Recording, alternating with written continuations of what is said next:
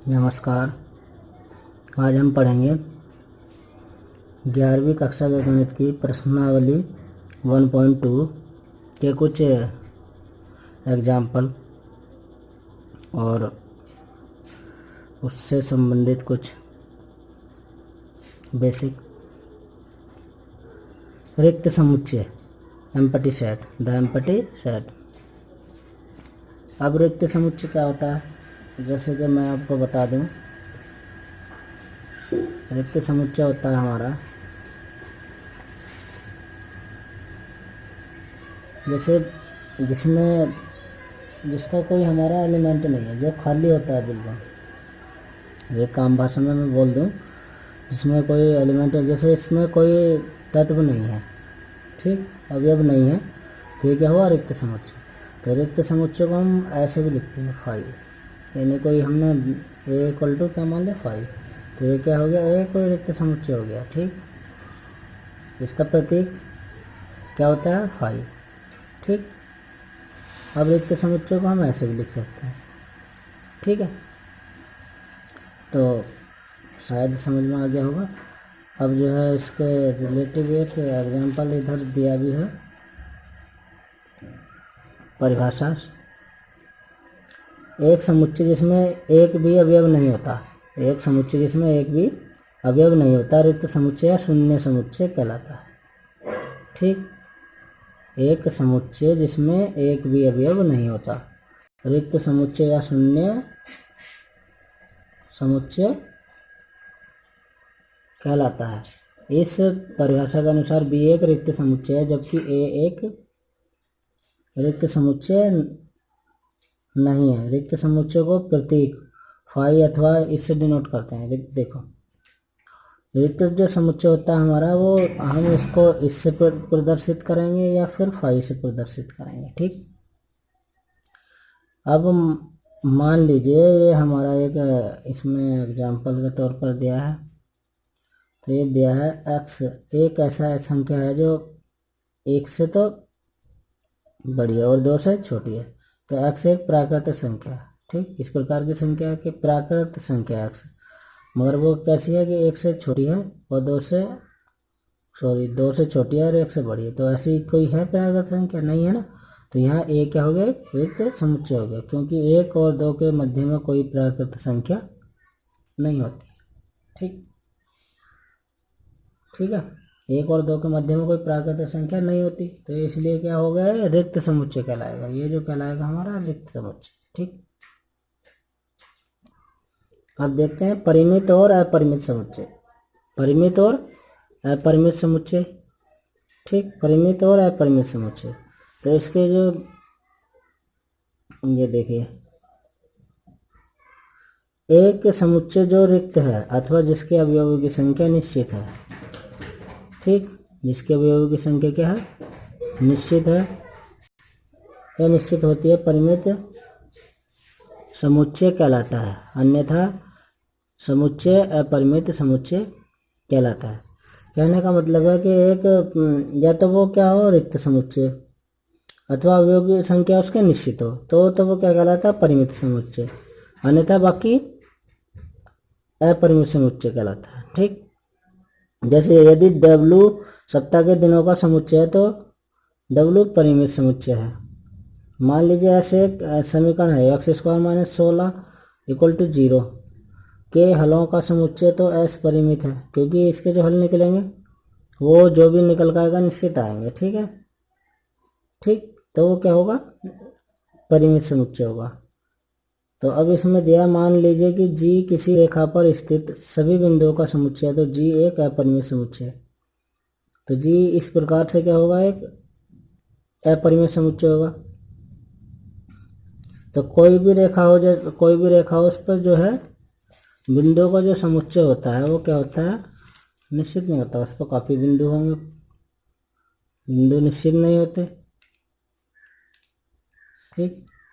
कहने का मतलब एक रेखा पर काफ़ी बिंदु होते हैं, बिंदु ले सकते हैं, ठीक। ये निश्चित नहीं माना जाता, ठीक है। एक वैसे ही तुम्हें मौखिक के तौर पर मैंने ये बता दिया, ठीक है। अब देखिए इसमें एक टिप्पणी की गई है, सभी परिमित समुच्चय का वर्णन रोस्टर रूप में नहीं किया जा सकता है। उदाहरण के लिए वास्तविक संख्याओं के समुच्चय का वर्णन इस रूप में नहीं किया जा सकता है क्योंकि इस समुच्चय के अवयवों का कोई विशेष पैटर्न प्रतिमान नहीं होता है। ठीक, अब हम इसके देख लेते हैं कुछ एग्जाम्पल। बताइए कि निम्नलिखित समुच्चयों में कौन परिमित है और कौन अपरिमित है, तो ये बताना हमें। तो ये जो x इस प्रकार का समुच्चय के x बिलोंग करता है किसको, नेचुरल नंबर को, प्राकृतिक संख्याओं को, और ये दिया है हमारा, और x-1 x-2 बराबर 0। ठीक, तो ये हमें बताना है कि ये परिमित है या अपरिमित है। ठीक है, तो अब देख लेते हैं कि ये जो है परिमित है या अपरिमित है। तो हम इसको x-1 और ये हल दिया ना x-2 बराबर 0 दिया है, तो ये हमने जो निकालेंगे तो ये x-1 बराबर 0 दिया। ठीक, यदि ये 0 है इसका मतलब है ये दोनों बराबर 0, यदि ये 0 है तो ये नहीं है नहीं। ठीक, यदि ये 0 है तो इसके बराबर 0 लिया तो बराबर 0, तो ये हो गया, सॉरी इधर 0 ले लिया है हमारा, इसके बराबर 0 लिया तो 1 इधर लेगा हम, तो x बराबर क्या हो गया 1, x बराबर 1, x-2 बराबर 0, तो ये क्या हुआ x बराबर 2। ठीक, x बराबर 2, तो ये हमारे क्या आ गए, मान आ गए हमारे, निश्चित मान निकल कर आ गए x के 1 और 2। ठीक, निश्चित मान आ गए, जब ये निश्चित मान आगे निकल के इसके, ठीक, तो ये क्या हुआ हमारा परिमित समुच्चय हुआ। ठीक है, तो वैसे ही अब हमारा इसका क्या है, x समुच्चय है कैसा है, x किस प्रकार का, नेचुरल नंबर है, और x स्क्वायर 4, x स्क्वायर बराबर 4 है, तो ये क्या हो गया, इसके जो हमारा ये भी हमारा परिमित समुच्चय हो गया। ठीक, ये भी हमारा क्या हो गया, परिमित समुच्चय हो गया।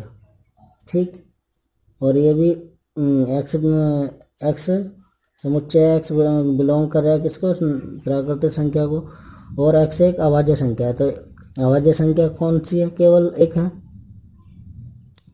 x एक अभाज्य संख्या केवल एक, मतलब अभाज्य संख्या क्या कह सकते हैं हम, x केवल अभाज्य संख्या की बात करिए, वो सॉरी पहले एक बोला जा रहा था वो एक ना समझे, x एक अभाज्य संख्या है, तो इसका कहने का मतलब है ये दिया, ये वाला x एक अभाज्य संख्या, तो इसका कहना मतलब दिया हुआ समुच्चय जो सभी अभाज्य संख्याओं का समुच्चय है, ये जितने ये जो कहना चाह रहा है ये सभी अभाज्य संख्याओं का समुच्चय है, और अभाज्य संख्याओं का समुच्चय अनंत है, अतः प्रत्येक समुच्चय अपरिमित है।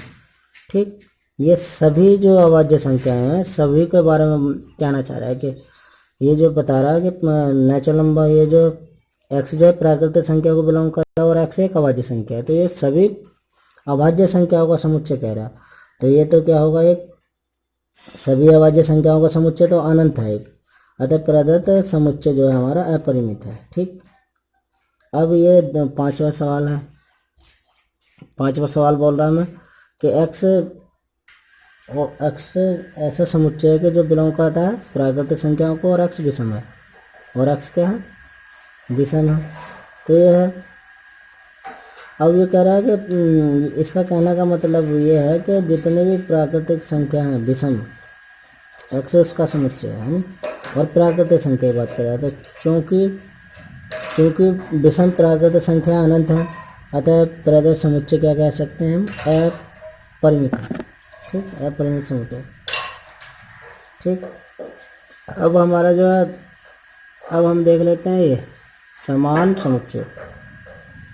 समान समुच्चय, दो समुच्चय और भी समान कहलाते हैं यदि उनमें तथ्यतः समान अवयव हैं, और हम उन्हें लिख सकते हैं a बराबर b, हम उन्हें a बराबर b लिख सकते हैं। ठीक, a बराबर b, तो ये समझो समान समुच्चय। कहने का मतलब यह है कि इस a में एलिमेंट हमारे जैसे 1 2 3 ये है ना, और तो बी में भी हमारे क्या होंगे, चाहे वो इस प्रकार से 3 2 1, मगर एलिमेंट तो वही है ना, 1 2 3 1 2 3 1 2 3, एलिमेंट तो वही है, तो एलिमेंट तो दोनों में समान है, तो इसलिए क्या हो गया, समान समुच्चय हो गया।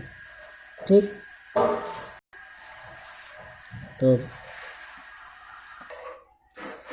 अब देखिए टिप्पणी की गई है, यदि कि समुच्चय के एक या एक से अधिक अवयवों की पुनरावृत्ति हो, पुनरावृत्ति होती है तो समुच्चय बदलता नहीं है। उदाहरण के लिए एक समुच्चय दिया है, ए बराबर 1 2 3 और बी बराबर दिया है 2 2 1 3 3, समान है, समान है क्योंकि ए का प्रत्येक अवयव बी में है और इसका विलोम भी सत्य है। इसी कारण हम प्रायः किसी समुच्चय का वर्णन करते समय उसके अवयवों की पुनरावृत्ति नहीं करते। ठीक है, तो कहने का मतलब यह है कि ये जो हमारे दो अवयव दिए हुए, देखो ये दो समुच्चय दिए ना हमारे, ये दो समुच्चय दिए हैं हमारे, ए बराबर जो है एक समुच्चय दिया है कि अवयव कौन कौन से 1 2 3, बी के अवयव क्या हैं 2 2 1 3 3, अवयव तो वही है ना। ठीक, इसमें 1 2 3 अवयव तो इसमें भी 1 2 3 ही है। ठीक, तो ये क्या होंगे, इसमें जो पुनरावृत्ति की गई है मगर इसमें पुनरावृत्ति नहीं की गई, अवयव वही है। ठीक है, तो ये क्या होंगे, हमारे समान समुच्चय होंगे। ठीक है, तो इसलिए हम कहते हैं इसमें कि ये जो है भले इसमें पुनरावृत्ति की गई है फिर भी ये दोनों क्या होंगे, समान समुच्चय होंगे। ठीक है।